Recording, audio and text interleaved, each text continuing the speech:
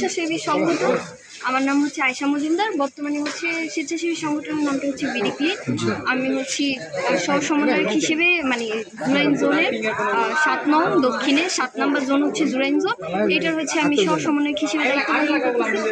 আসলে আমাদের এই টিমটা হচ্ছে 2016 সাল থেকে মূলত আমরা মানুষকে সচেতনতার ইয়া করি, কেননা এত বড় দেশ বা এত বড় এলাকা তো আমাদের একার পক্ষে সম্ভব না।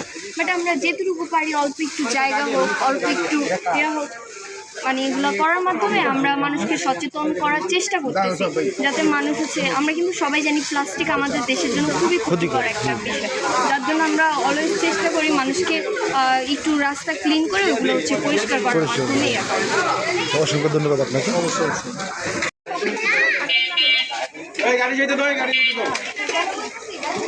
আমি একটু পরে একটু বলবো, একসাথে করবো তাই। ভাই এগুলো কি করবেন? ময়লা দিয়ে দিবেন?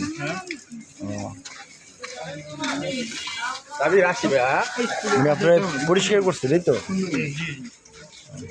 ভালো। এরকম তো কেউ করে না।